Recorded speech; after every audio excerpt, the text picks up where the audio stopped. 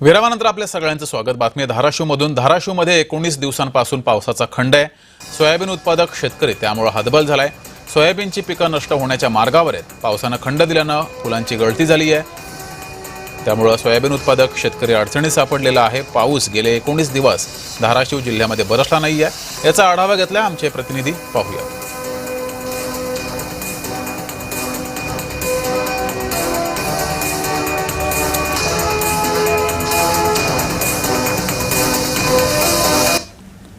तर दुसरीकडे येवल्यामध्येही पावसानं 15 दिवसाचा खंड दिलेला आहे। पावसानं दडी मारल्यामुळे शेतकरी संकटात सापडलाय।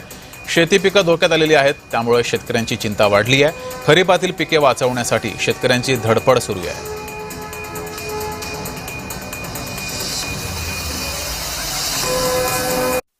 पावसाची परिस्थिती आता नादन झालेली आहे। थोड्याफार सरी